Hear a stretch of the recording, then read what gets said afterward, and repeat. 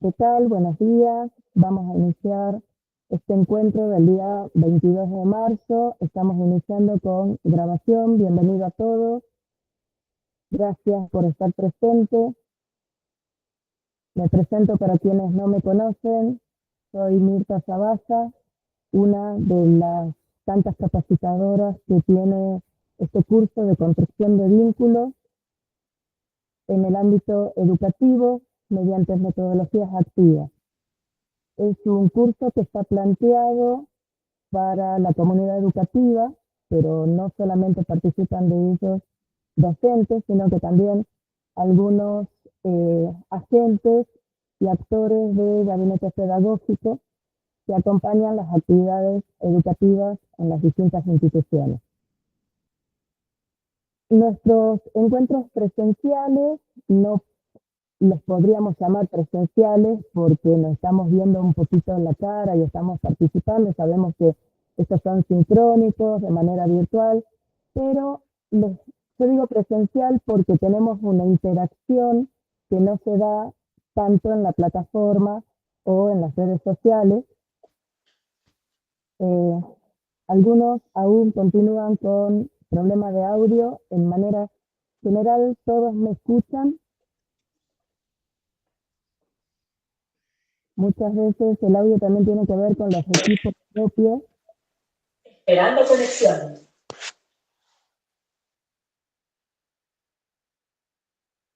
Bien. Algo conectado.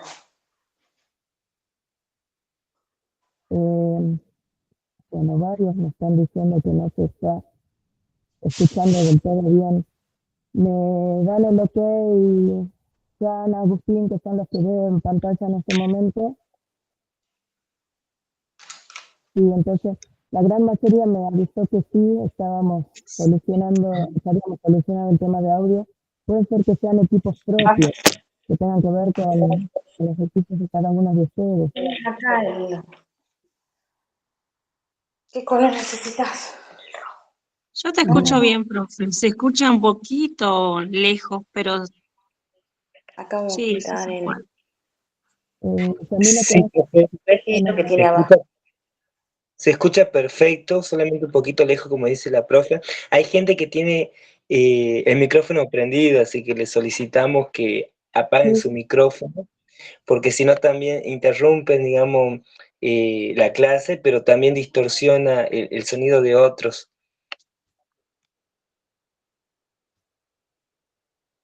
Gracias. Bueno, en estos días previos tenían para hacer una lectura que tenía que ver con un texto de Inés Dussel. Este texto nos llevaba a un panorama sociopolítico, educativo, que se vería reflejado desde hace 20 años atrás, aproximadamente, porque se sitúa en el año 2002 los parámetros para, eh, para evaluar, digamos, para tomarlo como un punto que estamos viviendo hoy en el sistema educativo. Muchas de las consultas que recibí por WhatsApp eran muchas, ¿no? No una, dos, varias. Era, ¿qué tiene que ver eso con lo que nosotros estamos viviendo hoy, 20 años, 25 años después de esa evaluación? Tiene todo que ver esta base política socioeducativa que se viene transitando en estos últimos 20, 25 años. Tiene educativos actuales están ligados a las desigualdades sociales y educativas, socioeconómicas principalmente, que se vienen gestando en una Argentina con una historia, con una trayectoria.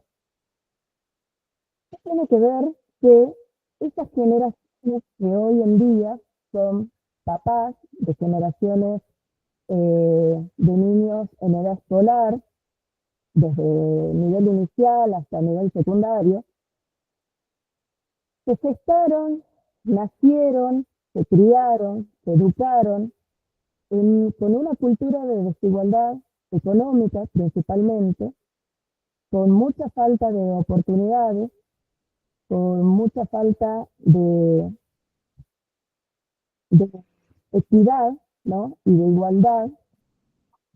Por lo tanto, son 2 generaciones al menos, una seguro, pero al menos 2 generaciones, que fueron transitando esas desigualdades y se vieron reflejadas a nivel educativo. ¿Cuándo lo vemos reflejado a nivel educativo?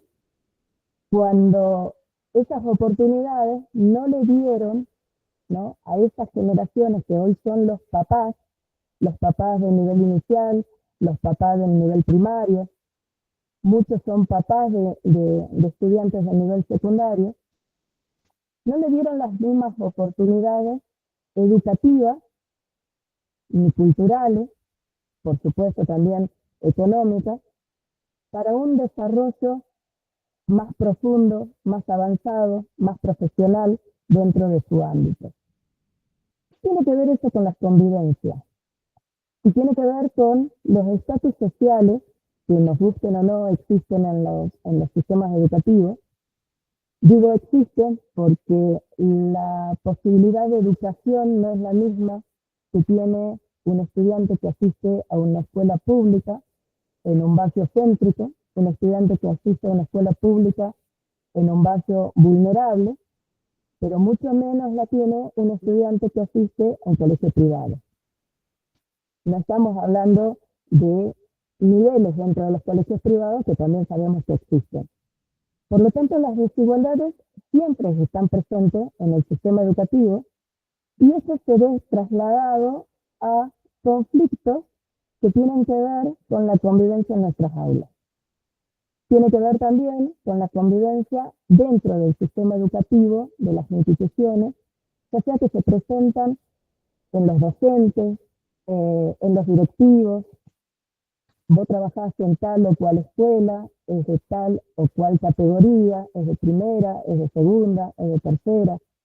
Trabajás en un barrio que tiene una población adolescentes con problemas de vulnerabilidad o problemáticas de consumo, problemáticas de delitos, o trabajás en una escuela de renombre en pleno centro de la capital salteña, en donde los papás hacen filas de 3 o 4 días para conseguir una vacante cuando se inicia el periodo educativo. Entonces, las desigualdades sociales, económicas, socioculturales, vienen presentes en los conflictos de convivencia, muchas veces de manera visible, muchas veces en trasfondos, que no están a la vista de todos, que no están siendo el foco de la mirada cuando se habla de políticas públicas o cuando se habla de políticas educativas. ¿Cómo está relacionado? A ver, un adolescente, nos planteemos en este momento en nivel secundario, un adolescente con problema de indisciplina, ¿qué tiene que ver con las políticas educativas o qué tiene que ver con las políticas, no sé, de infraestructura? Tiene mucho que ver, está relacionado. Si ese adolescente en nivel secundario siente que no tiene las mismas oportunidades, percibe que no tiene las mismas oportunidades que otros adolescentes de su misma edad, que pasan los mismos conflictos emocionales, de aprendizaje, de atención, no tiene al alcance de su mano el celular de última generación que pueden tener un vecino, un conocido, quizás no amigos porque no frecuentan los mismos grupos sociales, pero no tienen la tecnología a la que acceden otros de los estudiantes en el mismo establecimiento o en el mismo entorno. ¿Cómo lo afecta? Y lo afecta emocionalmente. Lo afecta, lo hace sentir excluido, lo hace sentir aislado, y cada uno maneja de manera diferente sus emociones. Algunos la pueden controlar, la pueden guiar de una manera más amigable, más dócil, y otros no tanto. Otros lo ven reflejado en situaciones de violencia. haciendo un mini preámbulo, yo les voy a compartir pantalla en estos momentos y vamos a entrar a lo que es propiamente. Van a esperar, voy a salir del Meet, así que ya no los voy a estar viendo del todo. Vamos a entrar propiamente a los conceptos que nosotros vamos a trabajar en la clase de hoy. Cuando empezamos a abrir las diferentes actividades en plataforma, algunos lo están haciendo por Classroom, también al curso, uno de los del material bibliográfico que habíamos sugerido era Dussel, que era el que estaba haciendo mención. Ella nos hablaba, la autora nos habla de que el sistema educativo, ¿no?, tiene todas estas desigualdades, y ella cree que está totalmente ligado a los conflictos emocionales que pasan los estudiantes en su vida principalmente, pero también se ven reflejados en las aulas. Pero nosotros, para hablar de esos conflictos, de esas dificultades, de ese acoso, de esa violencia que podamos llegar a ver en las aulas, es necesario que podamos definir algunos de esos conceptos. ¿Qué entendemos, no? ¿Qué entendemos por? Acá les traje algunas definiciones como para que podamos ahondar, porque es fácil decir, bueno, detectemos, pero ¿qué es detectar? Identificar, ¿no?, problemáticas dentro del entorno. Sería reconocer, a ver, lo voy a pasar un poquito más lento, que sería muy rápido. Reconocer señales tempranas, dice, del conflicto y facilitar esa identificación entre víctimas y agresores. Siempre están ligados las víctimas y los agresores. Yo les voy dejando algunas preguntas así inquietantes. ¿Siempre están ligados? ¿Siempre están relacionados? Me fui de la pantalla. También nos habla de tener algunas estrategias en esas observaciones. Observación sistemática del comportamiento, dice, de los estudiantes. A veces son situaciones que son aisladas, comportamiento de un día, de un momento, algún brote de ansiedad, una mala contestación, una mala reacción, pero muchas veces son comportamientos, como dicen, sistemáticos, es decir, son estudiantes que vienen presentando ese conflicto permanentemente. ¿Qué sería lo malo en esta situación o lo no deseado de estas situaciones? Que naturalicemos esos conflictos.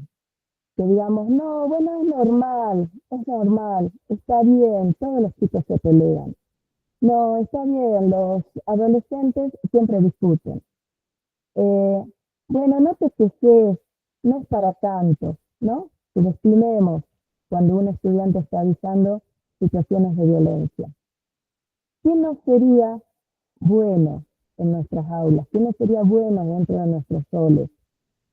Que nosotros naturalicemos esas situaciones, justifiquemos y tomemos una partida. Porque nosotros tenemos que tener un rol que sea neutral, y no siempre se puede tener un rol neutral. El objetivo sería crear un ambiente escolar positivo y seguro. ¿Podemos crear en nuestras aulas siempre un ambiente escolar positivo y seguro? ¿Podemos fomentar esas actividades y esas habilidades sociales y emocionales en los estudiantes? ¿Lo podemos hacer siempre? El grupo que está presente el día de hoy, muchos docentes están en actividad y muchos docentes son docentes noveles, es decir, recién recibidos. Y tenemos algunos estudiantes avanzados. Es decir, que el público que hoy está presente, este día sábado, en la capacitación, transitan en distintas etapas nuestro sistema educativo. Algunos todavía lo hacen desde su rol de estudiante, en un nivel terciario, otros ya lo hacen en su rol de docente pero todavía no se encuentran en actividad, y algunos ya tienen la experiencia de transitar las aulas desde adentro y conocen la problemática. Pero hay algo que es infalible. Todos en algún momento fuimos estudiantes. Todos pasamos por las aulas y de una manera, en mayor o menor medida, todos fuimos testigos de algunas situaciones de violencia. Digo en mayor o menor medida porque hay algunos establecimientos educativos que manejan muy bien las situaciones de bullying, acoso y disciplina quizás de los estudiantes, y hay otras instituciones en las que se naturaliza. Bueno, acá todos los estudiantes, todos los chicos son conflictivos, porque la zona es conflictiva, porque el barrio es conflictivo. Se llama a los papás, no vienen. Se llama a algún miembro de la familia, no asiste. Entonces los chicos hacen lo que quieran. Está bien porque, bueno, la zona es así. Ya se estigmatiza a un determinado lugar, ya se estigmatiza, se rotula a una población estudiantil, se rotula a un determinado barrio, porque es un barrio vulnerable, porque es un barrio de escasos recursos. Por lo tanto, la misma institución educativa está proliferando o exacerbando esas desigualdades que hablábamos anteriormente, que nos mencionaba Inés Dussel. ¿Por qué? Porque desde la naturalización de la falta de intervención, acá estamos viendo la definición de intervención, la falta de acciones para abordar esas situaciones de acoso o situaciones de violencia, ya vamos a ver un poquito las diferencias entre las dos. Esa falta de acción hace que esas desigualdades crezcan, porque se naturaliza. Voy a ir a un ejemplo concreto y que lo conozco desde adentro. En Salta Capital nosotros tenemos la zona sureste, que es una zona vulnerable, en su gran mayoría es una zona vulnerable, con escuelas con muchos conflictos de disciplina, con muchos conflictos y problemáticas de consumo de sustancias, con maternidad precoz desde los primeros años de secundaria. Ya tenemos adolescentes que son mamás y llegan al tercer año, cuarto año del colegio secundario, y algunos con 2 criaturas. Y en estos barrios se vulneran los derechos de los estudiantes. Se vulnera desde las instituciones educativas, porque ya se los rotula, se los estigmatiza de que es normal. Y tenés que ver de dónde vienen, fíjate cómo es la familia, está bien, es normal. Es normal que tal o cual estudiante consuma, que en su casa lo hacen. Es normal que un adolescente de 12, 13 años, en un primer año, esté embarazada de su primero o de su segundo hijo. Es normal si su mamá tiene tal o cual cantidad de niños. Y ahí es donde se están profundizando esas desigualdades, porque en vez de accionar, intervenir y prevenir, se está naturalizando, se está estigmatizando a todos los estudiantes por igual, pero se están naturalizando situaciones de desigualdad. Entonces, la pregunta sería, ¿de qué manera nosotros, como agentes educativos, con el rol, en este caso, la gran mayoría de docentes, hacemos que esas desigualdades, en vez de desaparecer o de disminuir, se profundicen? ¿Cómo hacemos para que la mirada que nosotros tenemos con respecto a nuestros propios conocimientos, a nuestras propias vivencias, no intervengan y no profundicen, no rotulen a esas partes involucradas en el conflicto? Hace un momento yo le decía, la mirada del docente o la mirada del agente educativo debería ser neutral. Ahora, ¿es real que es neutral? ¿Es real que nosotros, cuando somos testigos y queremos involucrarnos en alguna situación de violencia o de acoso, no tomamos partida por uno de los dos bandos? Dentro de la bibliografía, en la plataforma, tenemos una bibliografía que nos habla de las emociones, tanto de las víctimas como de los agresores. Porque acá no nos tenemos que olvidar que tanto las víctimas de ese acoso escolar como los agresores son nuestros estudiantes. Vamos a un nivel inicial. Tenemos un niño pequeño, ¿no? Salita de 4, peleador. Ya está rotulado, es peleador. ¿Quién lo rotula? La pregunta sería, ¿qué hace que ese niño, en su temprana edad escolar, donde recién está iniciando el recorrido, ya quede con un rótulo y con una estigmatización? Es real que puede llegar a tener algún conflicto de disciplina, ¿no? Es real que puede llegar a tener algún problema de sociabilidad, pero si desde nuestro rol de docente nosotros rotulamos a un estudiante y después ese estudiante, aparte de rotularlo, hacemos que ese rumor corra en la sala de profesores, porque cuando estamos en la sala de maestros, en la sala de profesores, y el nuevo profesor del año que va a iniciar le pregunta al profesor o docente, maestro del año que acaba de finalizar, y contame, ¿cómo es tu grupo clase? Mirá, no, te vas a morir, es para el infarto. Está el peleador, pelea con todo el mundo, a todos los chicos lo muerde, les rompe los útiles, les rompe los juguetes, los pesistas, no sé, infinidad de cosas, desde lo físico, desde lo agresivo. ¿Cómo creen ustedes que como adultos, rotulando, estigmatizando ya un niño pequeño y con algunos conflictos físicos, emocionales, psicológicos, no sé, eso tiene otro trasfondo, después lo podemos charlar? Pero si nosotros como adultos, como docentes, ya lo rotulamos para el docente que lo va a tomar, ¿cómo creen que va a ser la mirada del nuevo docente con respecto a ese estudiante? ¿No?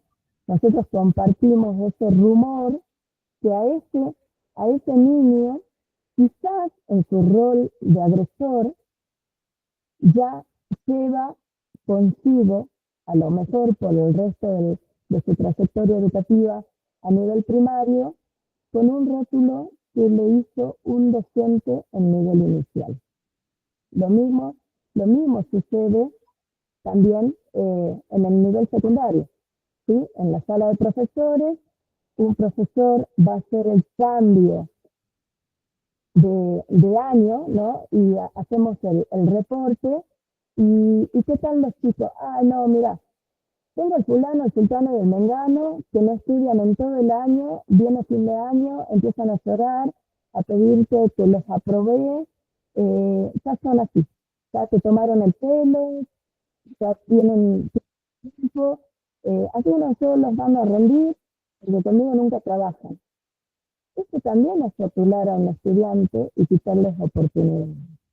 Entonces, la violencia no siempre se da solo en los pares, no siempre se da entre los estudiantes, sino que muchas veces en nuestro rol de docente también ejercemos violencia, porque expandir un rumor sobre un estudiante también es una forma de violencia.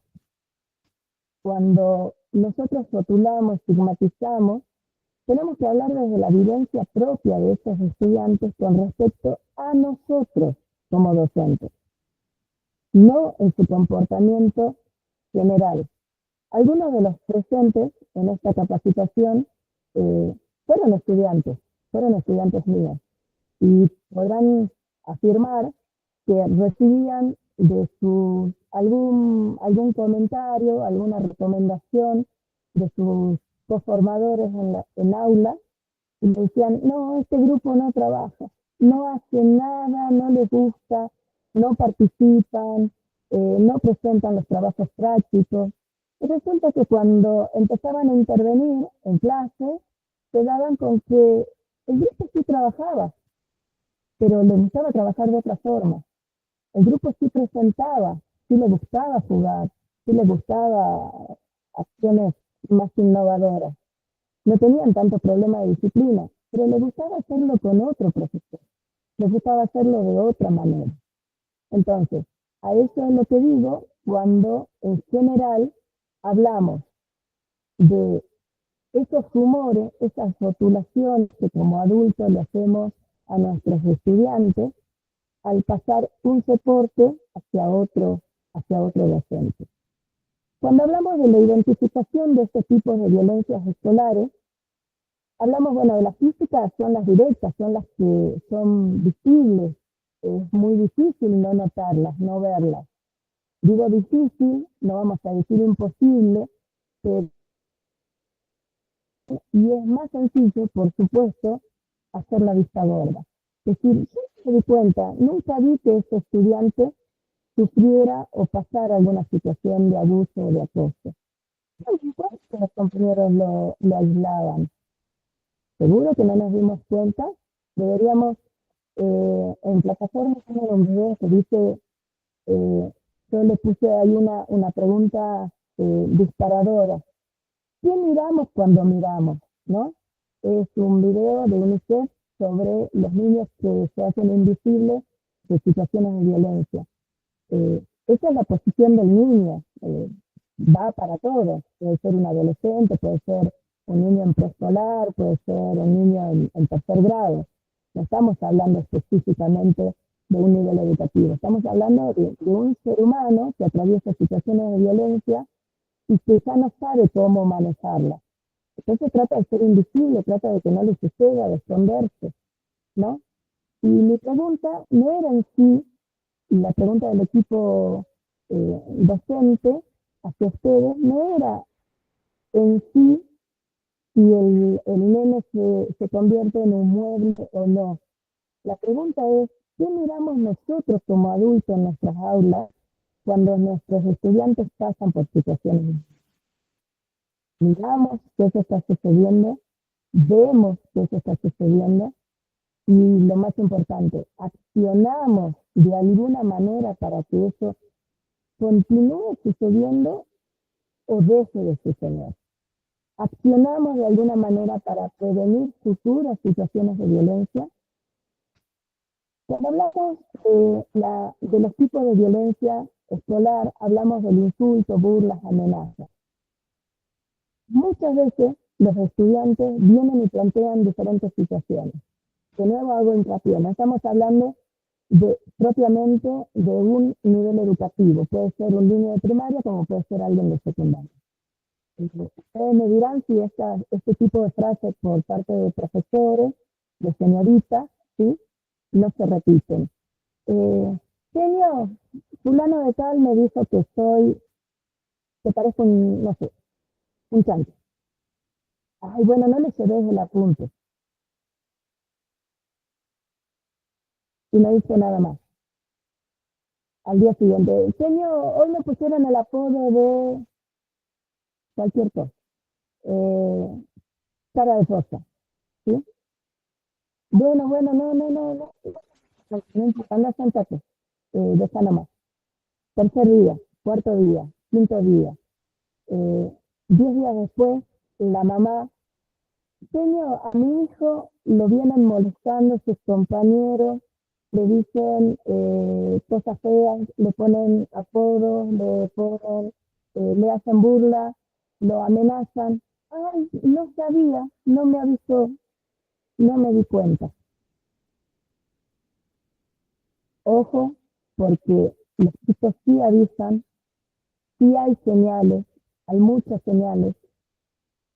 Siempre hay alertas de estas violencias, hay cambios de comportamiento, evitan interactuar con sus compañeros.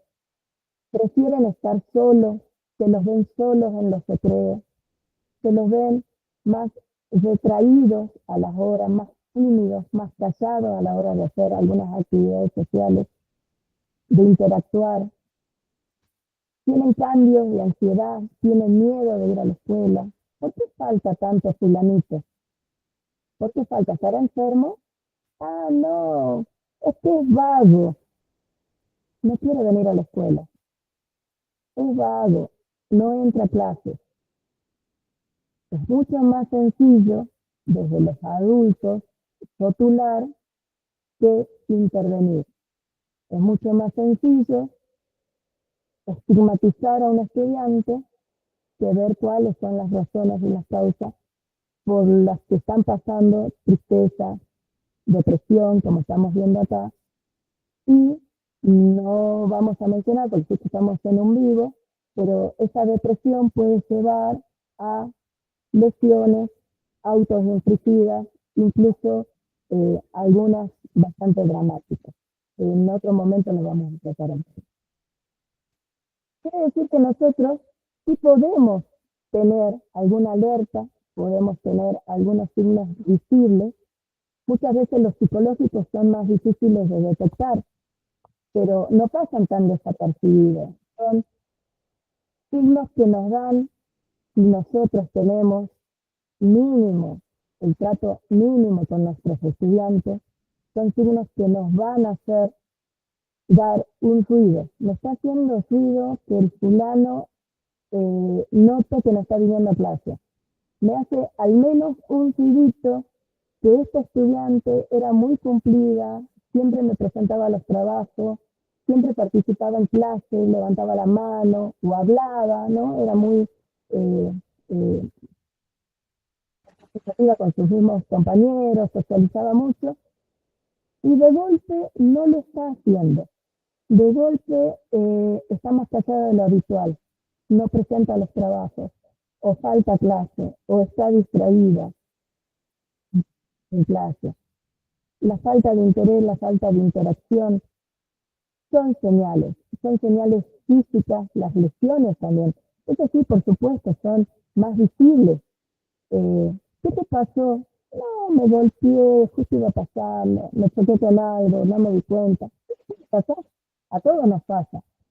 Claramente, en algún momento, por falta de atención, nos podemos golpear o lastimar o tener algún tipo de accidente. Eso vendría a ser algo aislado. Cuando esas lesiones, moretones, cortes, ¿no?, pasan a ser reiterativos, ya tenemos una alerta. Es un signo en el cual nosotros debemos involucrarnos como adultos. No podemos hacer la mirada y la vista gorda, yo no me di cuenta, yo no lo vi, porque puede estar siendo víctima de violencia en el aula, en las instituciones o también en la casa. Y a lo mejor en la institución educativa es el único lugar en donde ese estudiante puede llegar a recibir una ayuda, puede llegar a tener al menos una mano o una mirada de acompañamiento para accionar de adulto. El comportamiento de evitar ir a la escuela, evitar participar en rutinas que antes sí lo hacía, evitar participar de la interacción con otros compañeros. Voy a dejar pendiente el tema del ciberbullying porque si bien nosotros usamos dispositivos en nuestras aulas, no en todos los niveles lo hacen. Por ejemplo, no sería algo muy común de desarrollar en, no sé, en nivel primario, en los primeros años del nivel primario o en nivel inicial.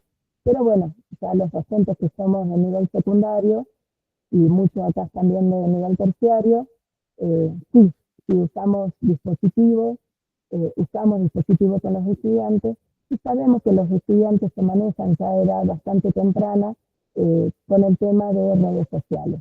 Entonces, esto es algo, el ciberbullying es algo que está presente en nuestra sociedad. No vamos a hacer mucho hincapié nosotros, en particular el viernes. Estas alertas de los estudiantes, no tenemos, acá quiero principalmente en esta detenerme. No tenemos que hacer la mirada hacia un costado, tenemos que accionar participativamente dentro de ese conflicto. Tenemos que accionar de una manera verbal de acompañamiento, una palabra para tranquilizar su situación, su estado de ansiedad, como dice acá, de desesperanza. Tenemos que accionar y pensar ya de qué manera vamos a interactuar con todo el grupo para poder visibilizar que esas situaciones de violencia no se vuelvan a repetir. Esas alertas en la comunicación, principalmente en esa frecuente, dice. ¿Qué dice el estudiante cuando se queja? ¿Escuchamos qué nos dijo? ¿O simplemente es, bueno, ya está, no importa, ya va a pasar? Un día, puede ser que un día algún estudiante haya tenido un mal día, esté un poco más agresivo de lo que es su vida normal, puede haber tenido una mala respuesta, una mala contestación, haberse exaltado por algo. Una vez nos puede pasar, nos pasa a todos como seres humanos. Siempre decir a mí nunca me pasó sería una utopía, ¿no? Decir yo no tuve un mal día. Todos tenemos un mal día, podemos haber atravesado alguna situación difícil. Como adultos, se supone, la podemos manejar. Como niños y como adolescentes, es mucho más difícil poder manejar esas emociones.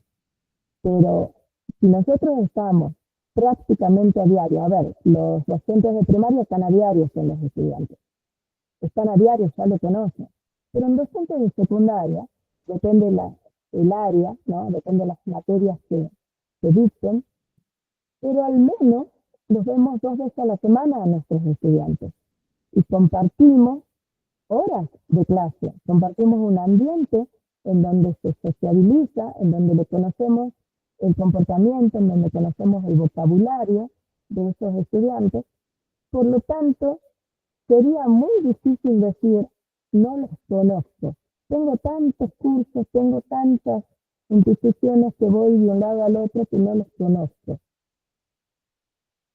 Como seres humanos, más que como agentes, tenemos que saber que detectar estas situaciones de violencia y conocer a nuestros grupos clase también es parte de la labor docente. Nosotros tenemos la obligación de conocer cuáles son los seres humanos a los cuales estamos ordenando. Porque si nosotros, como dice Inés Dussel, si nosotros vamos solamente a transmitir un conocimiento, ¿no? El conocimiento ahora tenemos las redes sociales, tenemos internet, tenemos Wikipedia, no sé, tenemos tantas herramientas para buscar conocimiento, las tenemos nosotros y las tienen los estudiantes. Nosotros no vamos a las aulas a una mera transmisión de conocimiento, no vamos a las aulas solamente a cumplir un horario, ¿no? Y entregar un trabajo práctico que después corregiré. Nosotros vamos a formar, nosotros vamos a desarrollar en esos seres humanos personas de bien, sobre todo personas de bien. Y nuestra labor docente no tiene que ver exclusivamente con impartir conocimiento, no tiene que ver con crear seres humanos, no tiene que ver con accionar y determinar un protocolo, primero desde mi persona como docente, hacia mis estudiantes, después hacia la institución y después hacia la comunidad educativa, hacia los padres. Tienen que ver todas esas acciones como parte de mi labor docente. Yo dejaría una pregunta ahí también de esas disparadoras. ¿Qué tiene que ver entonces la labor docente? ¿Cuál es la labor docente? ¿A qué me dedico cuando voy a un curso? ¿A qué me dedico cuando voy a un aula? ¿A qué me dedico cuando voy a una institución? Y solamente a cumplir un horario y que transcurra la jornada nada más. Yo creo que todos y cada uno de estos aspectos tienen que ver para que ese rendimiento académico, ese impacto emocional de nuestros estudiantes, ese ambiente escolar, ¿no?, sea un ambiente seguro, sea un ambiente confiable, sea un lugar donde estas situaciones de violencia pueden suceder, sí, pueden suceder, pero tengo la obligación, como el adulto responsable, ¿no?, de esa aula, de tratar de prevenirla. Tengo la obligación de buscar herramientas y estrategias que me permitan a mí hacer que cada uno de mis estudiantes se sienta seguro. Porque contemos algunas situaciones que pueden llegar a pasar, ¿no? Muchas veces, ¿qué sucede cuando un estudiante es víctima de acoso, víctima de violencia, o es el agresor? Porque, repito, no nos olvidemos que los dos individuos, no importa el nivel en el que estén educativos, repito, los dos individuos son nuestros estudiantes. ¿Qué sucede actualmente cuando un estudiante sufre violencia ante las reiteradas quejas de sus padres, la falta de acción educativa o la falta de accionar docente? La familia toma la decisión de cambiarlo de institución, ¿no? Eso para la víctima. En muchos casos lo cambian.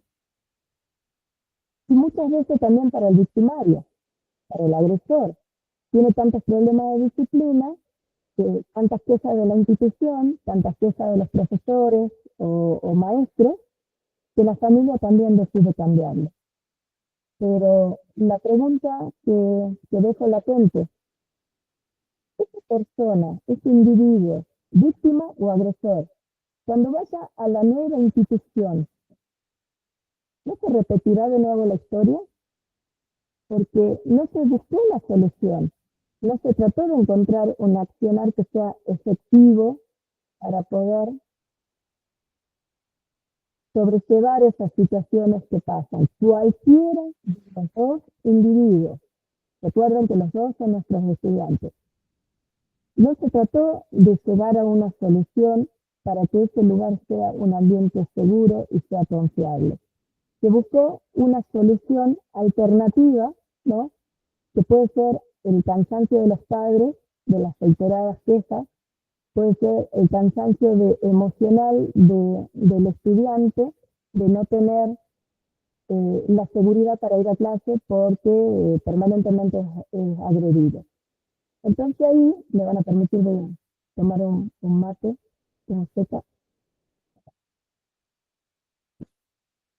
Es ahí donde nosotros tenemos que ver qué protocolo de actuación vamos a llevar a cabo. Pero acá me voy a detener un momento, porque no di pie a ver si ustedes tenían alguna duda. A ver, déjenme, salgo un momentito de la presentación.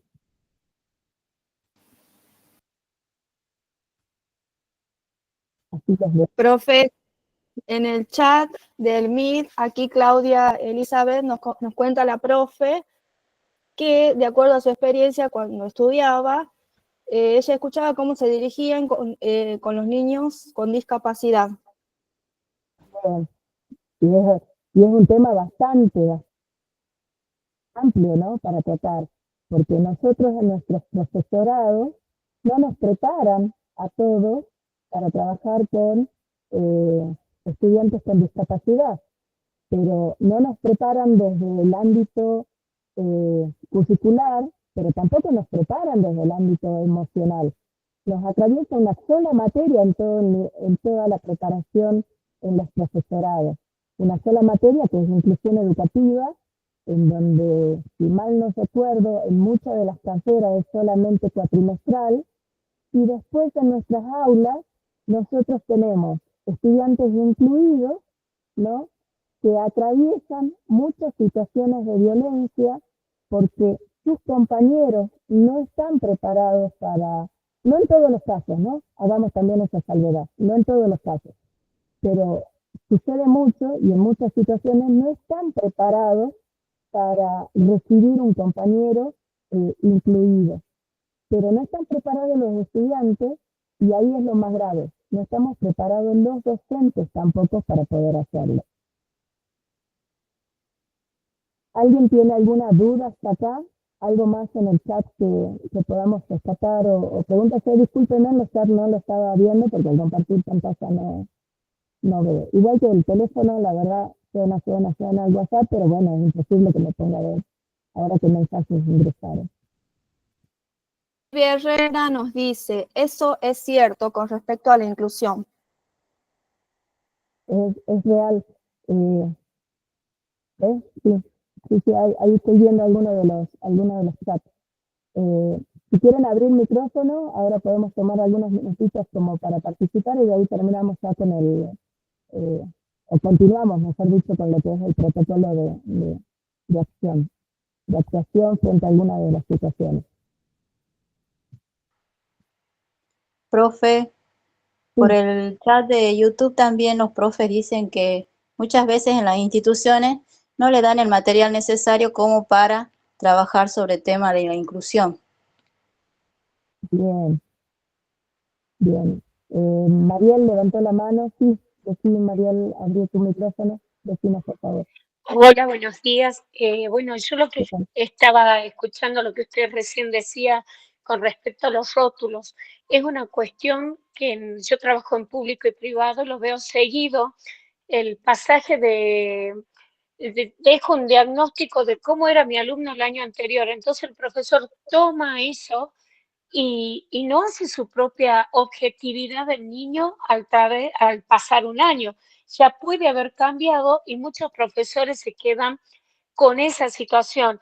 En este informe dice que este chiquito se porta re mal y ya quedó como que este chiquito se porta re mal.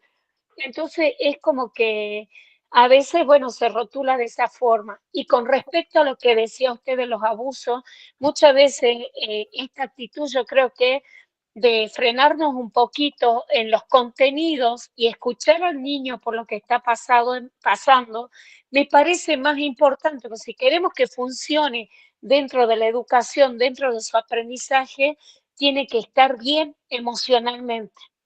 Eso nomás, profesor. Sí, muchas gracias, Mariel. Tal cual. Nosotros no podemos, primero rescato dos evidencias en particular que nos comparte Mariel. Una es esto, ¿no? Lo de los rótulos desde los adultos. Nosotros como adultos, nosotros como responsables de esos estudiantes, transmitimos los humores y ayudamos que esos humores, con respecto a esos estudiantes, tomen fuerza en las instituciones. Como decía Mariel, no se dan la oportunidad a muchos docentes de conocerlos, de decir, a ver, ¿es verdad que este estudiante, es verdad que lo cumple, es verdad que darse la oportunidad de ver antes de escuchar? ¿Saben qué sería lo mejor en mi manera de ver, no?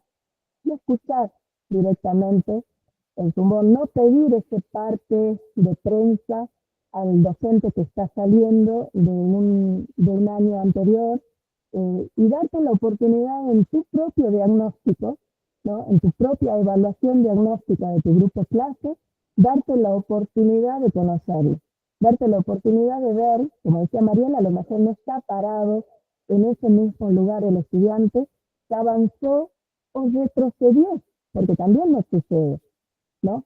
Y ver si ese retroceso que tuvo el estudiante tiene algún trasfondo, que puede ser el de violencia intrafamiliar también. Entonces, darnos la oportunidad como adultos de conocer a los estudiantes es darle la oportunidad al estudiante y no reafirmar esas desigualdades. Porque si no, quienes estamos reafirmando esas desigualdades somos nosotros. Nosotros lo estamos no le estamos permitiendo llegar a una instancia superadora. Van a seguir con ese rótulo y con esa estigmatización toda su trayectoria.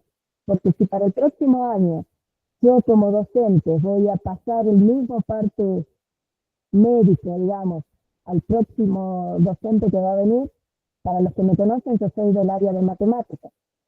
Yo voy a pasar, este estudiante no calcula bien, no hace, no trabaja, no dice, no cumple, no llega, no.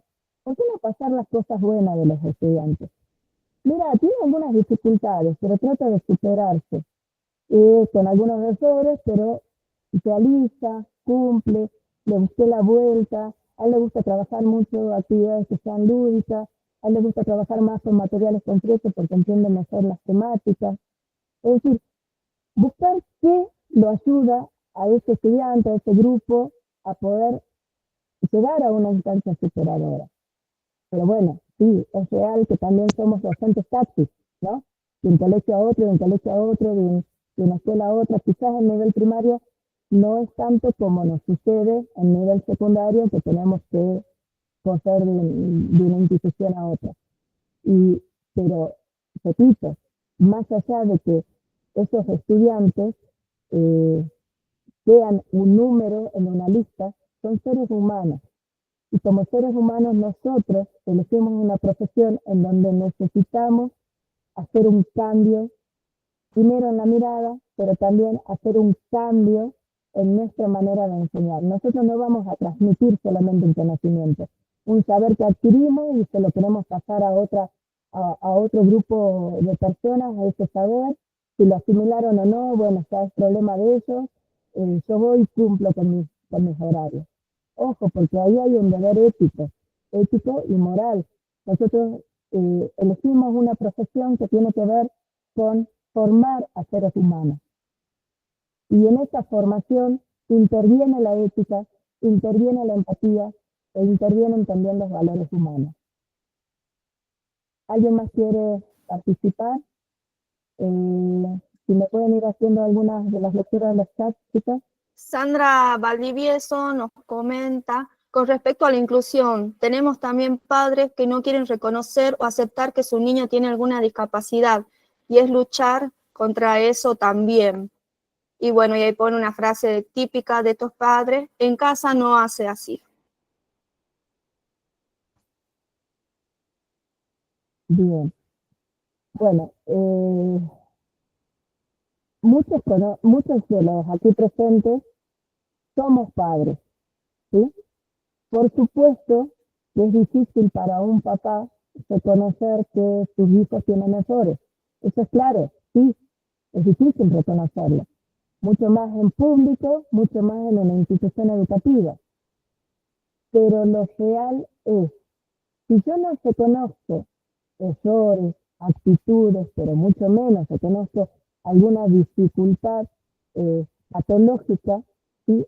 Física o de salud que pueda tener mi hijo, ¿cómo lo voy a ayudar a superarlo? Eso desde nuestra posición de papá. Los papás, al negar una situación física, psicológica o de salud, patológica o condición, muchas veces hay estudiantes que presentan algún tipo de condición y es detectada en las instituciones educativas. Lo único que logran,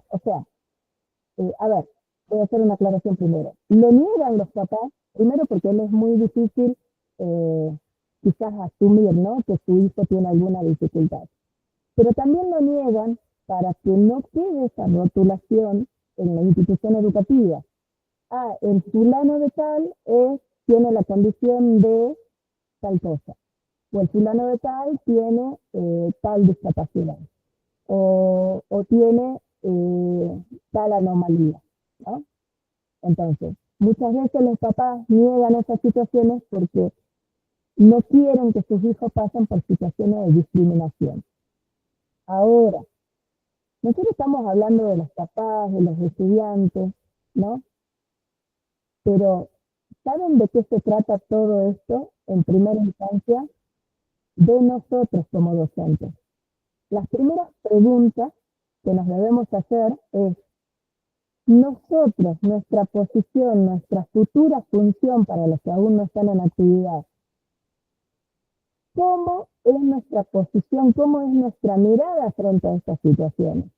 ¿Estoy preparado para afrontarlas? Y si me suceden, ¿qué puedo hacer?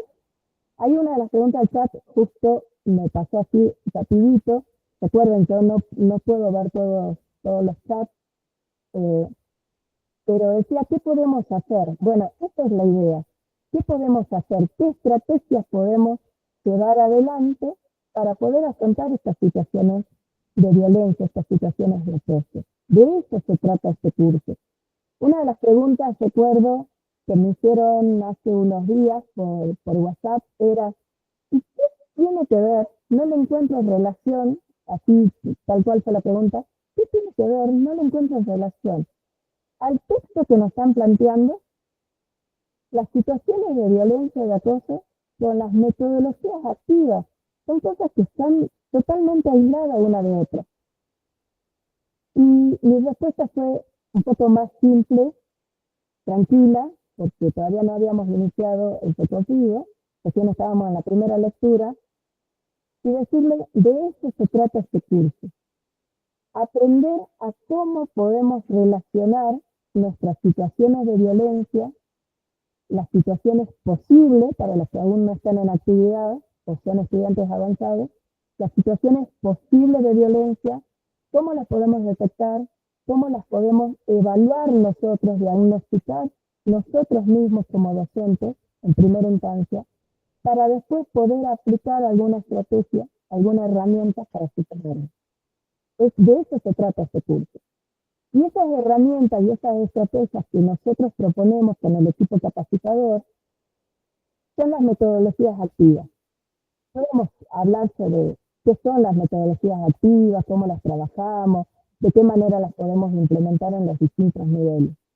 Hoy en particular, espero que no haya sido abusivo, quisiera creer que están del otro lado todavía despiertos, pero hoy en particular estamos hablando y vivenciando, ¿no? Compartiendo este intercambio en el que resuena mucho, si se dan cuenta, en los chats y en las intervenciones, resuena mucho el tema de la inclusión. Parece donde más se presentan las dificultades. Entonces, ¿alguien más que quiere participar, quiere hacer algún aporte en este momento? Profe, Sí. buen día a todos. ¿Cómo pensar en la construcción de vínculos, ¿no es cierto?, a través de metodologías activas, si no tenemos en cuenta estos problemas que están sucediendo hoy en el aula, de estos vínculos? ¿Qué está pasando con los jóvenes? ¿Qué está pasando de los jóvenes hacia el docente, del docente hacia el joven? ¿Sí? Entonces, me parece que es algo muy importante, ¿no? Antes de plantear algo en mi secuencia, de tener esto presente, qué está sucediendo en la sociedad y que esto se traslada al aula. Tal cual. Que no solamente qué está sucediendo, sino cómo puedo identificarlo. Sí, es real, el diagnóstico. ¿Cómo puedo identificarlo? El diagnóstico lo tenemos que hacer nosotros como docentes. El diagnóstico no nos va a pasar el rumor de sala de profesores, porque ese rumor que viene de la sala de profesores es la percepción personal de un docente. No sabemos si es real o no. Es la percepción de ese docente, cómo se siente y cómo interactúa con un grupo clase. Cómo funciona un grupo en particular o un estudiante en particular con ese docente como persona. No significa que con todos los docentes va a ser igual, sino significa que con todas las herramientas o todas las estrategias que se puedan aplicar, esos estudiantes van a tener las mismas reacciones. Entonces, cada uno se tiene que tomar la labor, no voy a decir el trabajo, porque el trabajo es como que sería algo con mucho esfuerzo, ¿no? Es, por lo menos inconscientemente nosotros lo vemos así, si ya decimos trabajo es algo que me va a costar, la labor de, exactamente, Dado menciona eso, la labor de determinar si es, cómo es ese grupo clase. Ni siquiera es si es verdad o es mentira lo que me dijeron los profesores o los docentes anteriores, las señoritas anteriores. Tomar la labor de decir, voy a ver qué puedo, de qué manera, con qué herramientas puedo determinar yo mi propio diagnóstico para poder saber si esa situación es así o no. Vamos a continuar voy a volver a compartir pantalla, así que me voy un ratito de...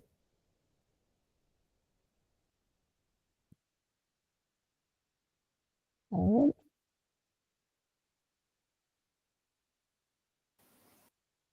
Ahí está, están viendo la pantalla compartida. Sí. Bien. Dice creación de protocolos de actuación. Sensibilización y capacitación. ¿Qué es lo primero que puse? Capacitar a docentes, personal administrativo, estudiantes sobre bullying y ciberbullying. Pero capacitar a docentes. Y acá voy a hacer una pequeña, no me voy a demorar mucho en esto, pero sí quiero hacer un pequeño comentario. Esta es una capacitación y agradezco a todos los presentes del día de hoy. Muchas gracias por participar. Muchas gracias por las actividades que van resolviendo en plataforma. Gracias por el interés de Claro está que es el grupo de docentes que van a poder realizar un pequeño cambio en nuestro sistema educativo, un pequeño cambio en implantar esa semillita de la capacitación docente. Tienen el interés de aprender, tienen el interés de crecer. Pero digo, voy a hacer un pequeño comentario nada más. Pero también está el grupo de docentes que no quiere capacitarse, que quiere el intercambio de certificados, porque están acostumbrados a eso en la capacitación docente. Es una lástima, porque pierden instancias de crecimiento. Es una lástima porque están pensando solamente en una posición, en un cuadro de mérito, ¿no? En una posición con respecto a un puntaje, más que en un crecimiento personal. Con el equipo de capacitadores nos reímos porque muchas de las preguntas a la hora de solicitar las inscripciones es, ¿el curso se cursa?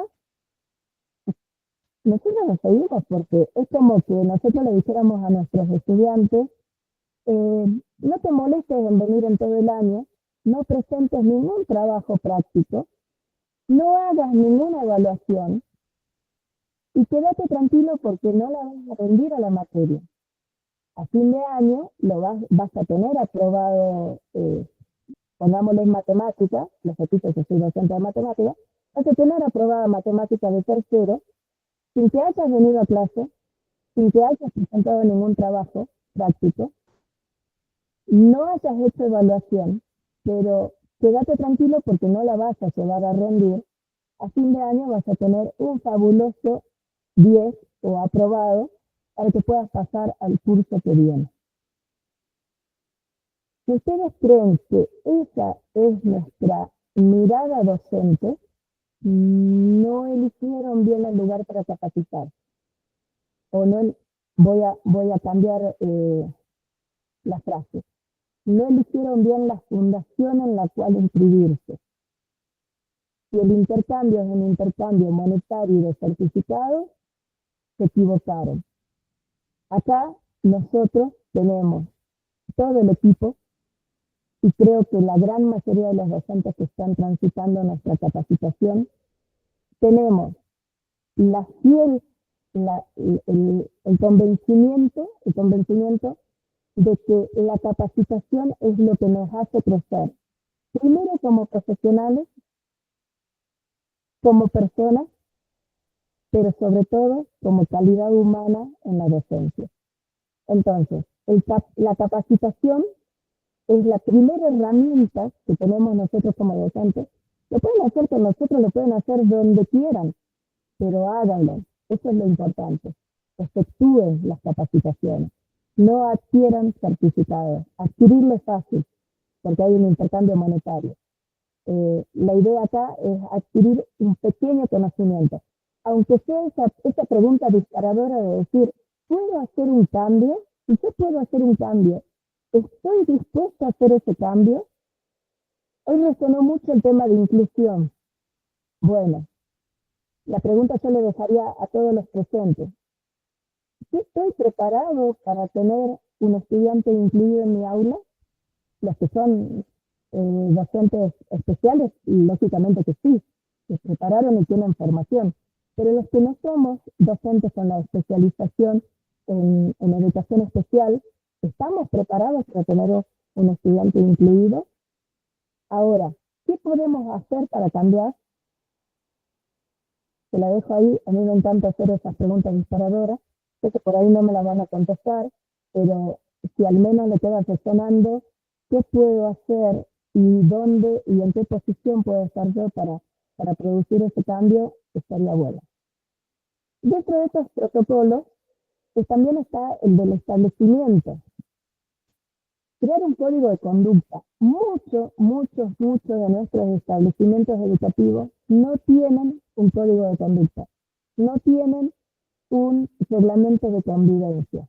Muchos sí, generalmente los privados, llegan los papás a inscribirse con el estudiante, por supuesto, el nene, una maravilla, el papá no va a decir nunca que su hijo venía con problemas de disciplina de otras instituciones. La institución que le da el pase no avisa tampoco que el estudiante tiene problemas de disciplina, porque por supuesto le conviene que se vaya, y firman un reglamento de convivencia. Entonces, ante las primeras situaciones de violencia, de acoso que sucede en las aulas, los papás callados se deben ir, ¿sí? Y se lo llevan al niño a otro establecimiento. Y volvemos a repetir lo que decíamos hace un momento. No se soluciona, porque ese individuo, ese estudiante, va a seguir con sus problemas de conducta, de agresiones o de víctimas y de situaciones de vulnerabilidad en otro establecimiento. Cualquiera de las dos opciones, no importa cuál de las dos. Van a seguir repitiéndose. Va a ser algo sistemático. Al principio decíamos algo sistemático, ¿no? Algo que se repite continuamente, algo sistemático. Pero, ¿qué sucede en los establecimientos donde no existe el código de convivencia? No hay un reglamento de convivencia. Entonces, nosotros como docentes tenemos jornadas pedagógicas. Si nuestra institución no tiene código de convivencia o no tiene ese código de conducta claro, por escrito, estaría bueno que nosotros lo planteemos. Quizás no nos veamos capaces de poderlos hacer. A ver, yo voy a salir un momentito de la llamada acá, así que quizás nosotros no nos sentimos capaces de poder hacer ese código de convivencia, pero sí podemos por lo menos plantear la idea. Al menos podemos dejar esa idea latente para que en la institución sepan que es necesario tenerlo. La intervención. Proporcionar apoyo inmediato, dice, a las víctimas. Ahí justo creo que Mariel nos decía, o Maribel no alcanzó a leer bien, justo nos hablaba sobre las emociones, ¿no? Seguridad emocional y física. Otra pregunta disparadora. Como docentes, ¿estamos preparados y estamos capacitados para trabajar las emociones con nuestros estudiantes? ¿O somos los primeros en frustrarnos en situaciones muy básicas, mínimas, y nos frustramos nosotros como adultos? ¿Cómo podemos hacer para no transmitir esas frustraciones o esas emociones negativas a nuestros estudiantes? ¿Podemos proporcionar un apoyo inmediato? Bueno, si nosotros creemos que no estamos en condiciones de hacerlo, sería bueno buscar el apoyo en otros agentes. Esos agentes pueden ser parte de la institución, pero pueden ser también los padres. Ahora, depende del nivel educativo, es verdad que los padres acuden o no a la llamada de los establecimientos. En el nivel inicial está presente, ¿no? Porque si el nene o la nena llora, yo voy a estar presente. Si en nivel primario, en los primeros grados, los papás, las mamás todavía van bien, a partir de sexto, séptimo grado, ya no se los ve tan presente a los padres, ya está más grande, ya se maneja solo, le da vergüenza que lo acompañemos. Y en secundaria es como que la figura del padre desaparece. Pero desaparece, hay de tutores, ¿no? O quien haga el rol de tutor en los hogares, que a veces también pueden ser hermanos mayores. Desaparece, pero desaparece desde la institución en llamarlos y comunicarles las situaciones que están atravesando sus hijos, pero también desaparece desde la función del docente. ¿Por qué no acostumbra el docente a citar a un padre que tenga cualquiera de las dos situaciones, ya sea el de víctima o el de agresor? ¿Por qué no acostumbra el docente a decir, bueno, voy a llamar al papá de fulanita, o a la mamá, al tutor de fulanita, porque la veo muy distraída, la veo muy atrasada en sus tareas y no era así? ¿Por qué no me involucro como docente en esa situación? Esto también tiene que ver con el protocolo de actuación. Involucrarse. Bueno, ahí la profe Cintia nos pregunta si las entrevistas pueden ser por separado y conjuntas. O conjuntas, es decir, padres, supongamos que a eso se refiere Cintia, padres de las dos partes, tanto víctima como agresor. Tiene que ver con el contexto, bien. Tiene que ver con el contexto, tiene que ver si creemos que va a ser más fructífero y más beneficioso que los dos padres o los dos tutores estén presentes al mismo tiempo, o sería conveniente una mediación previa, llamarlos por separado, conocer como persona neutral de la situación, las historias por separado y el reconocimiento de esos tutores de la situación, y no la negación, porque recién otro de los chats decía, mi hijo siempre se porta bien, en la casa no hace eso, yo desconozco que esas situaciones sean verdaderas. Entonces, si esa negación es persistente, bueno, claramente ese papá, esa mamá, ese tutor, no sabe cómo es el comportamiento real de su hijo o de su hija. Ahora, hay padres que sí son conscientes, que son muy abiertos y son sinceros, son honestos. No, en mi casa también sucede lo mismo. Y yo no puedo manejar esta situación. Me desborda, me supera. ¿Qué puedo hacer? Y todavía pide ayuda. Bueno, entonces ahí sería un primer paso. El reconocimiento, el ver cuáles serían las acciones superadoras que se pueden llevar a cabo. Ya después vamos a ver las herramientas, las estrategias, ya lo vamos a desarrollar mejor. Pero el primer paso, el reconocimiento por parte del tutor de la situación. Ahora, hay tutores que no se pueden juntar, o porque una es tan agresiva, más o igual que el hijo o hija. Voy a salir nuevamente, vamos a admitir algunos más que están ingresando, son iguales de agresivos. Ahí ustedes ven todavía la pantalla, ¿verdad? Sí, profe, sí se ve. Puedo ir viendo de admitir. Por lo tanto, no se podría hacer una reunión conjunta, porque de esa reunión lo más probable es que salgan los padres acudidos también. Pero para eso tengo que conocer quiénes son los actores. Yo sugeriría que como protocolo, en primera instancia, inclusive puede ser el mismo día, yo sugeriría que se haga una reunión individual con cada uno de los tutores. En primera instancia se conversa unos minutitos, ver si la situación va a ser factible de poderlos juntar a los dos y hacer una reunión conjunta. El primer protocolo es que nunca esté el docente solo con un padre. Eso ténganlo presente. Nunca se reúnan con un padre solo. Pidan la colaboración de alguien más de la institución.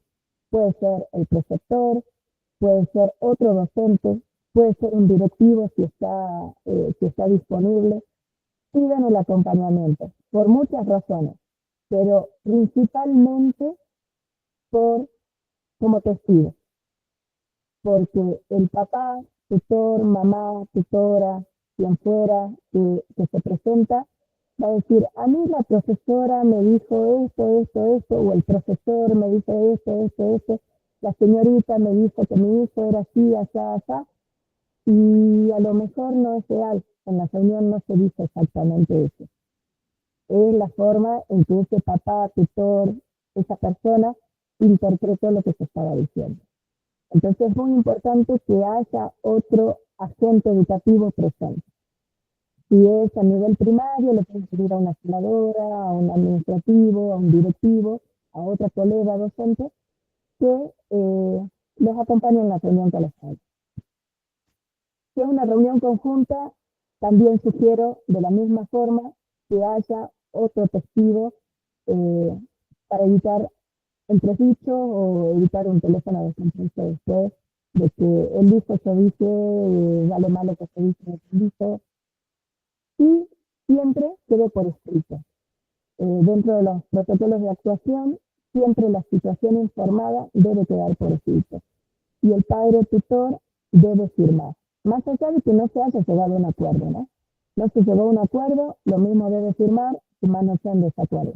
Si se llegó a un acuerdo o a una posible acción para sobrellevar la situación y llegar a algo superador, también en lo posible, aunque sea un ejercicio muy breve, se conversó con fulano de tal, que es el tutor de la menor, tanto, del tal grado, tal división, que es a nivel secundario, y se quedó con el compromiso de que en primera instancia van a tener un diálogo familiar.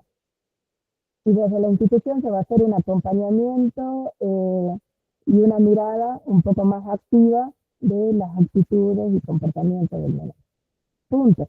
Algo simple, cortito, pero que quede escrito.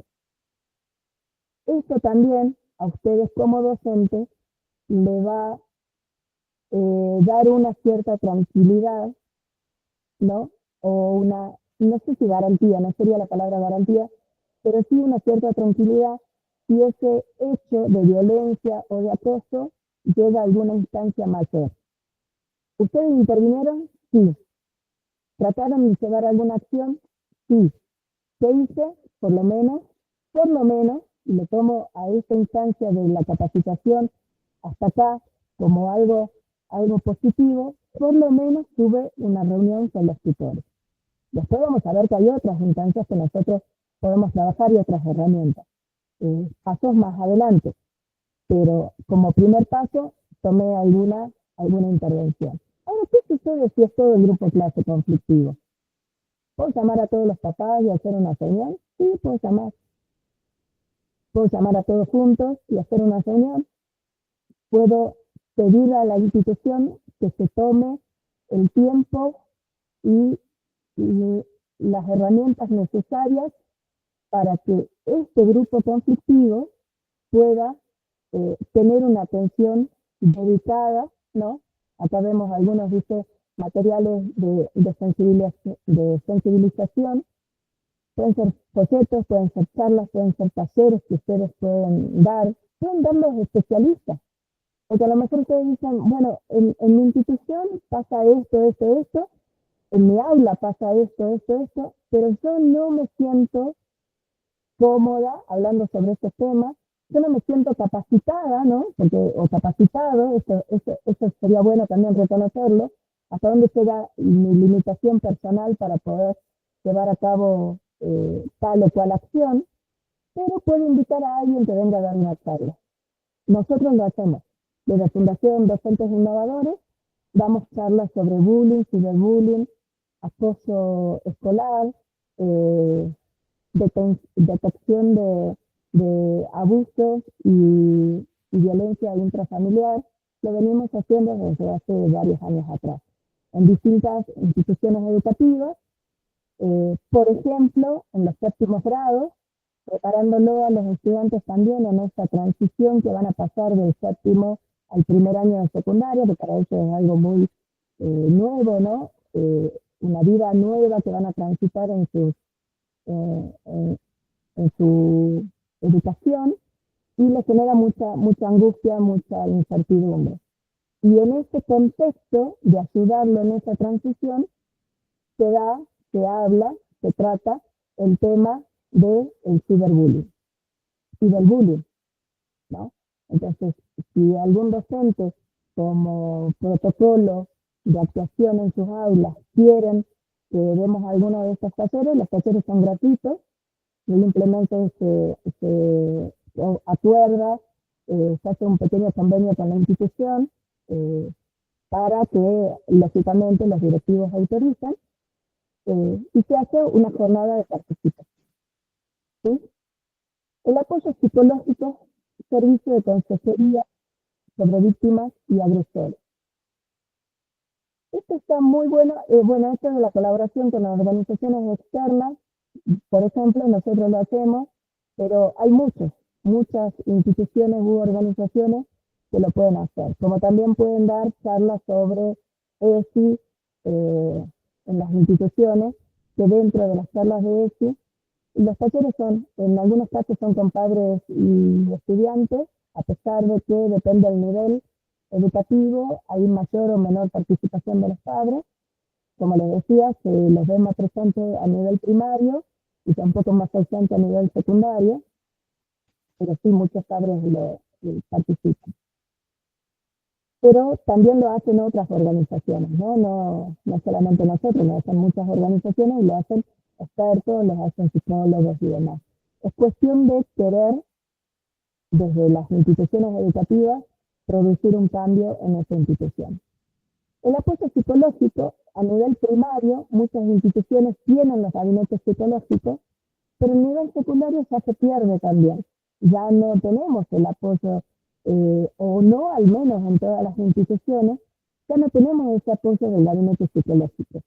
Ya no hay otros agentes educativos que nos puedan ayudar, asesorar, acompañar en qué y de qué manera podemos llevar adelante algún tipo de atención con respecto a las situaciones de riesgo.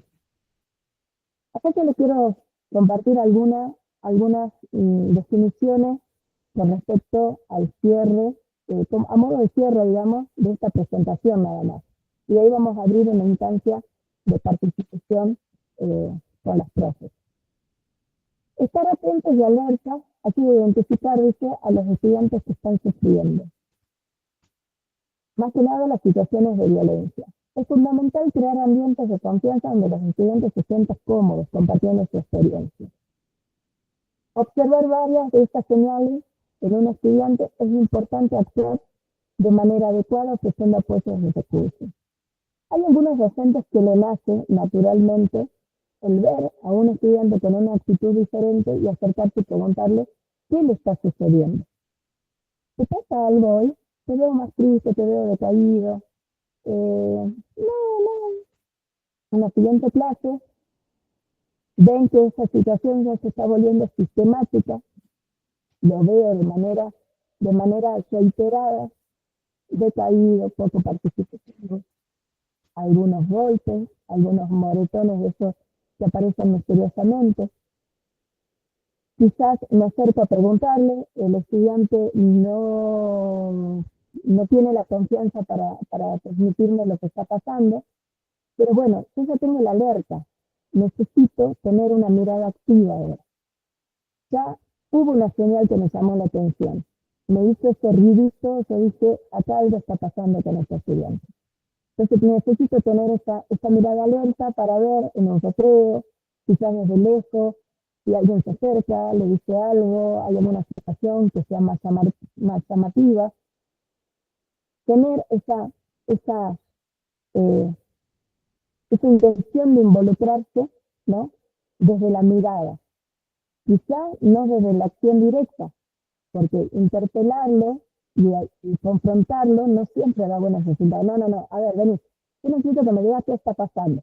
Y no sé si es una buena técnica para lograr que un estudiante, ya sea de nivel primario, inicial, bueno, es más difícil que se comuniquen, o bien comunican todos, cuentan todos rápidamente. Pero hablando de adolescentes o preadolescentes, es mucho más difícil esa comunicación.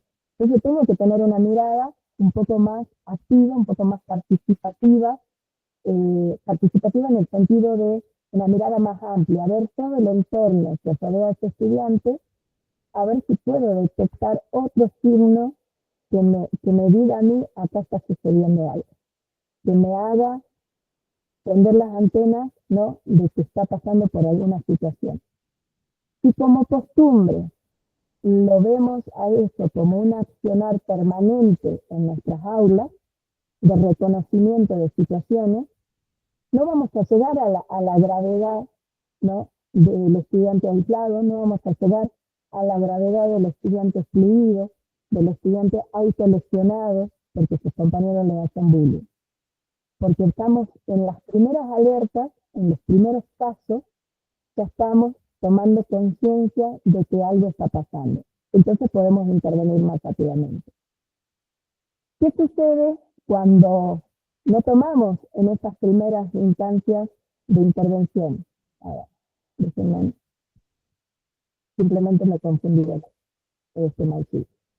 Dice, crear y implementar un protocolo de atención efectivo es crucial para abordar el bullying y el ciberbullying en las escuelas. Pero yo creo que sobre todo la detección temprana es la que nos va a dar la herramienta más importante, es la que nos va a dar el componente clave para que justamente sea garantizar este ambiente escolar y seguro. Y acá les voy a hacer un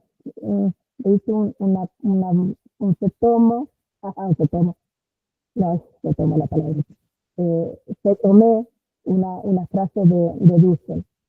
La educación debe ser un espacio de transformación social. Ahora, mi pregunta disparadora. Nosotros como docentes, ¿estamos actuando para que esa transformación social suceda?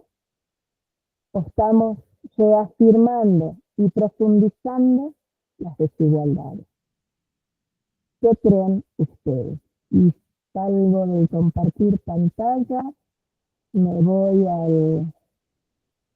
al vivo, dejar de presentar, y ahora sí vamos a abrir micrófonos, un par de minutitos que nos quedan. Ya las chicas le van a pasar enseguida el formulario de asistencia al chat, tanto al chat acá en el chat del Meet y en el chat de YouTube, por favor. Bueno, me gustaría escucharlos. Ya me escucharon a mí casi 2 horas. ¡Qué paciencia!, ¿no? ¡Genio! Hay que escucharme 2 horas, ¿eh?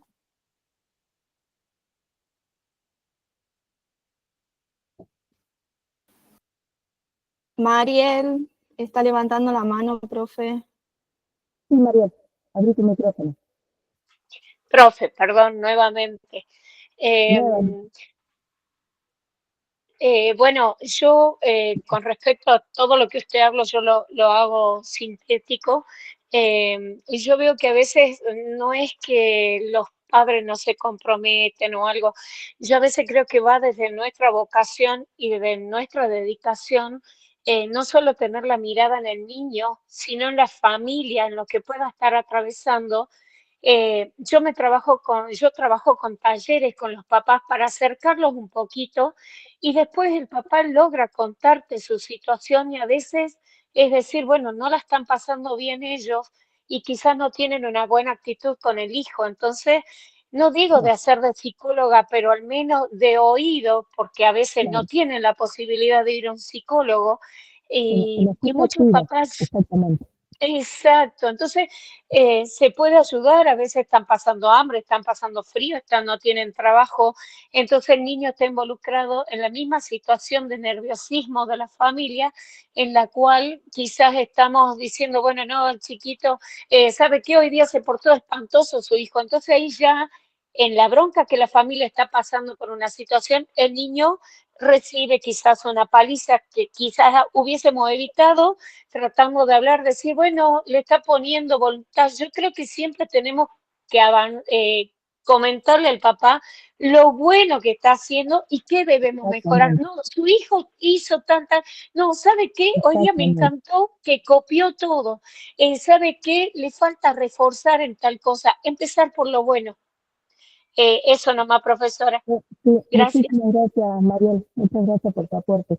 Justamente ahí es donde apunta esto, ¿no?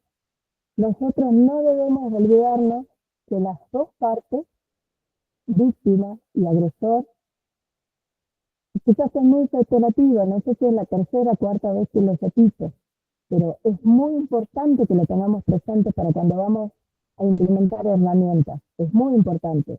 Las dos partes son nuestros estudiantes.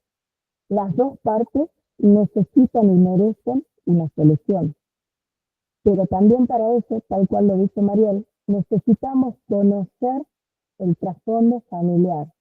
Por eso cuando hablábamos recién de protocolo, es bueno la escucha con respecto, si ya te doy la palabra Marcos, es buena la escucha con respecto a las familias, saber qué situación están atravesando.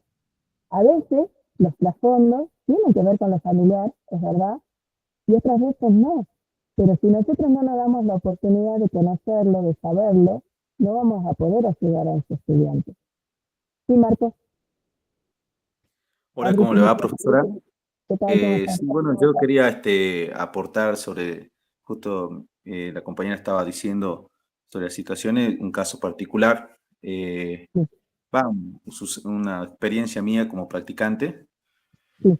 En una clase, justamente una de las profesoras con las que yo estaba haciendo la práctica decide hablar con uno de los padres por el simple hecho de que el alumno se sentía muy aislado, la indiferencia del grupo o clase era notable, entonces en un punto la profesora tiende a hablar con los papás. Lo que sucedía muchas veces, como dicen compañeras, que a veces en las familias tienen estos problemas familiares, se tienden a echar la culpa, que es culpa del papá, que no está, que están familias separadas. Entonces, no hay un cierto apoyo para combatir este tema, porque también la indiferencia para mí es un bullying.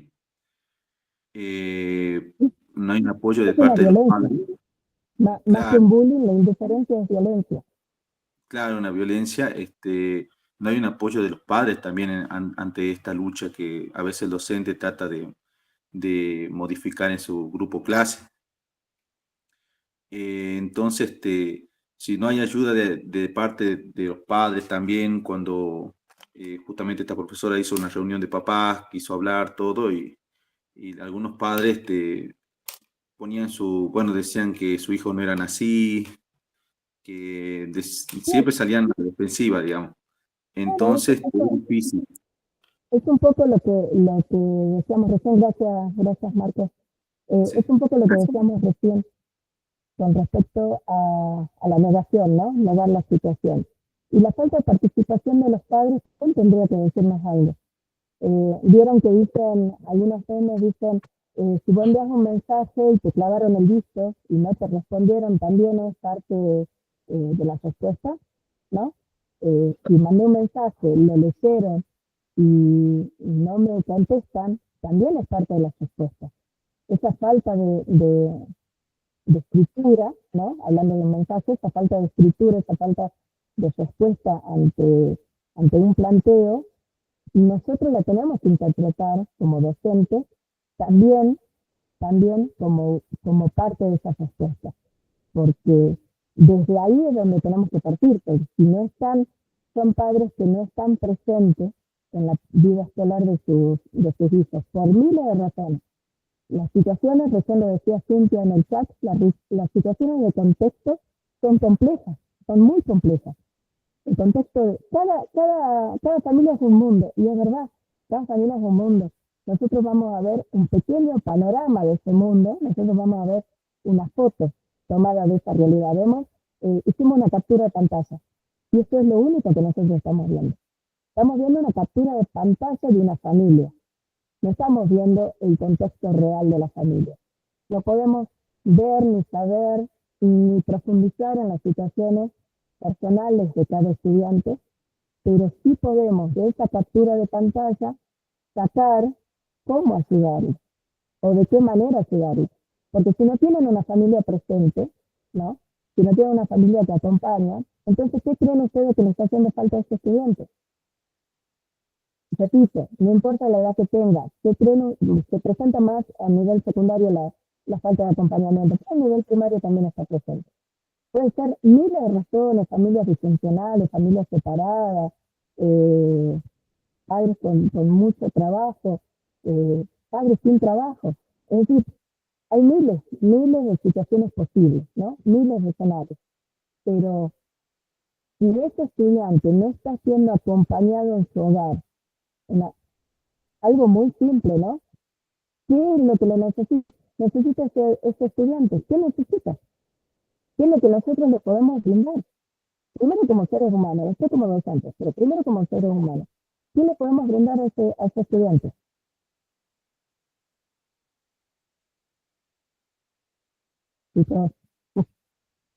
Contención, acompañamiento, escucha, una palabra de aliento.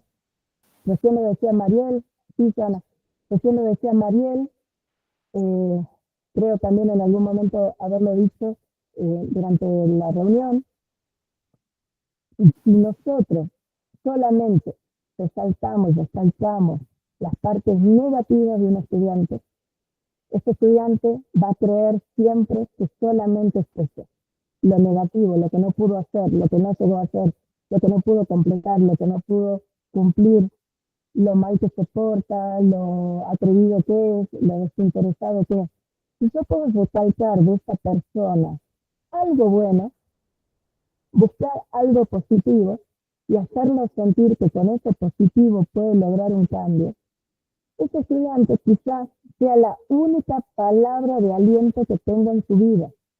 Recuerden eso, ¿no? Que ese estudiante puede ser que ese vas a llegar, vas a lograrlo. Vos podés, ¿ves que si podías? Si vos ponías de tu parte lo ibas a lograr. Vete un poquito de esfuerzo, hacerle notar que se le reconoce el esfuerzo, que se le reconoce el intento de superación. Y ese estudiante es muy probable que trate de hacerlo nuevamente, porque es algo adictivo. Cuando una persona reconoce en vos algo bueno, ¿no? Es como una dosis de reconocer el esfuerzo diario, sí, tal cual. Es una dosis de, no sé, alguna hormona, no sé cuál, pongámosle adrenalina en este momento.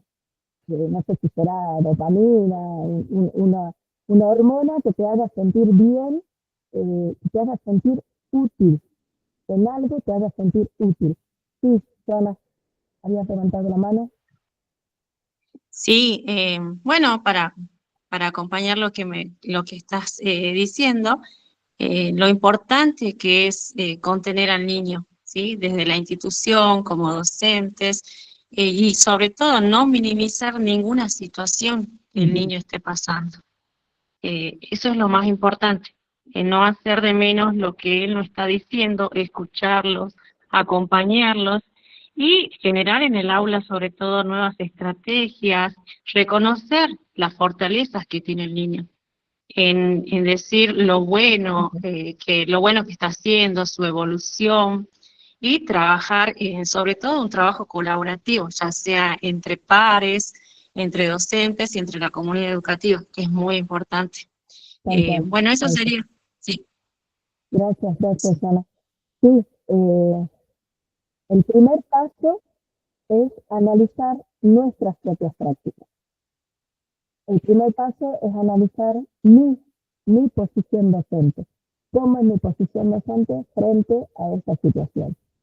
Una vez que analizo yo mi posición docente, es ver cuán preparado estoy para superarla.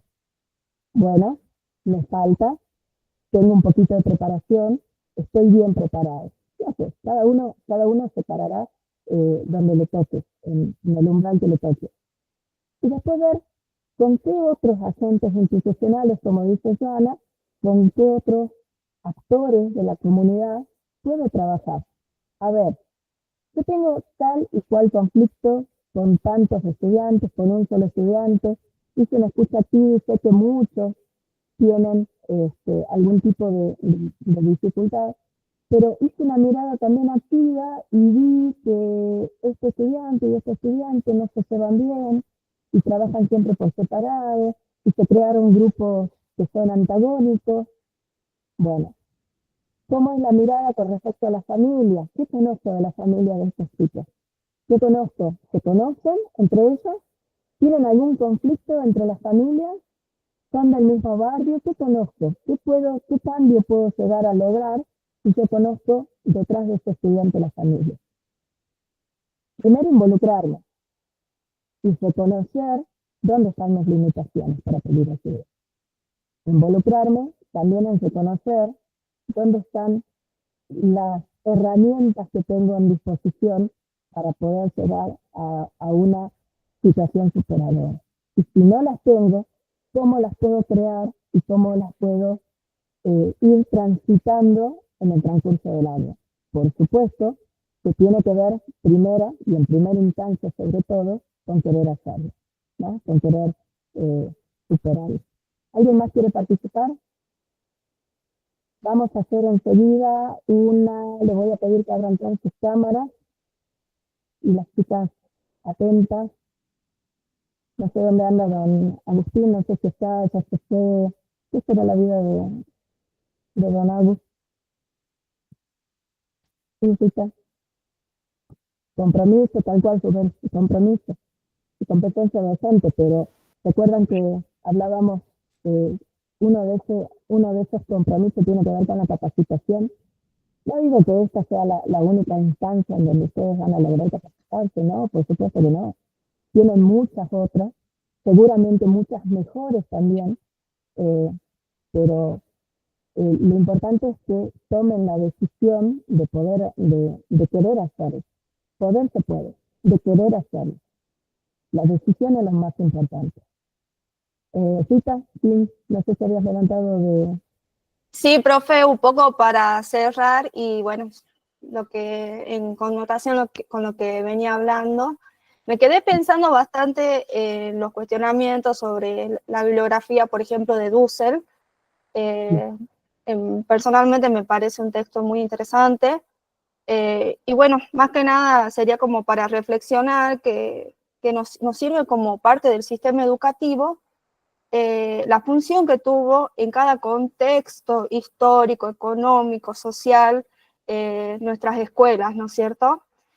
Y bueno, justamente con relación a esta capacitación, hoy nos convoca, creo, a todos los que estamos acá, este fenómeno que es creciente. Entonces, yo creo que nos sirve bastante como para replantearnos cuál es nuestro rol, cuál es nuestro posicionamiento dentro de la escuela y tratar, como decía usted, de no reproducir esas violencias, no solamente dentro del sistema educativo, sino que también social y cultural. Solo eso era, profe. Muchas gracias. Creo que ahí es donde vamos encontrando un poco la relación, ¿no? Eso que decía hace rato, de que me plantearon qué relación tiene ver un texto que habla de hace 20, 25 años atrás con lo que está pasando hoy. La relación que tiene, sobre todo, es que estos individuos que se formaron en el sistema educativo hace 20 años atrás son los padres de hoy, de las generaciones que están en nuestras aulas. Como las generaciones que están en nuestras aulas van a ser de acá a 20 años los padres de las futuras generaciones en los niveles educativos. Entonces, somos nosotros, los docentes actuales, los agentes de cambio. Nosotros somos la transformación esa de la que nos habla Víctor. Nos hablaba hace 20 años atrás, pero bueno, se vinieron haciendo cosas, algunos dieron resultados y otros no tanto, pero yo creo que el compromiso de cada uno es el que va a marcar la diferencia. A las chicas les voy a pedir que estén atentas para que podamos sacar algunas capturas. Yo en particular no puedo recoger todas las pantallas. Voy a cerrar a ver esta, me abren algunas más. Si no pueden abrir sus camaritas, así sacamos algunas fotos. Tengan abiertas un ratito, así las chicas sacan capturas, por favor, para que las queden. Y de paso les voy conociendo las caras algunas. Miren, seamos honestos. A ver, si yo con esta caripela de sábado a la mañana, algunos conocen mi situación particular, que no es la mejor ni la más óptima en estos momentos. Estoy sin dormir, sin descansar, y pude hablar 2 horas seguidas, sin parar, y ustedes con una paciencia para escucharme. Espero que no sea tan abusivo. Ustedes también pueden abrir un ratito las cámaras. Nos vemos, nos conocemos. Ahí la conozco a Mariel. Hola Mariel, que estuvimos interactuando hoy. ¿De qué nivel sos, Mariel? ¿Primario?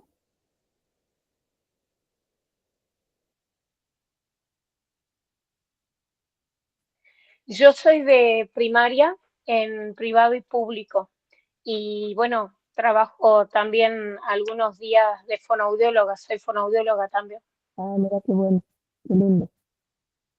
Bueno, ya pudieron ir sacando chicas capturas.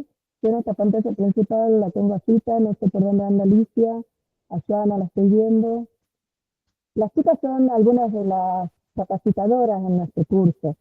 Las van a ir viendo interactuar, son profes que lo están acompañando en el recorrido. Hoy en particular, bueno, me dieron a mí en la capacitación, pero para suerte de ustedes no se van a tener que aturdir conmigo nada más, después ya se van a ir aturdiendo con eso. Rita tenía algunas actividades muy lindas para hacerles hacer hoy con un video y demás, pero bueno, ¿qué vamos a hacer? Me dieron el micrófono, pie y letra y no paro.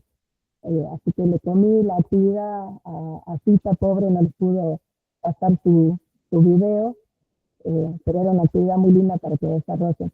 De todas formas, vamos a ver si la podemos subir en plataforma y la pueden desarrollar en la plataforma, o la dejamos para la clase sincrónica, que Dios mediante le vamos a grabar durante la semana también para acompañarlos en el recorrido.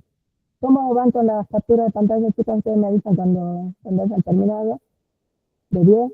Bueno, quedan libres. Los retuve 2 horas, sobrevivieron.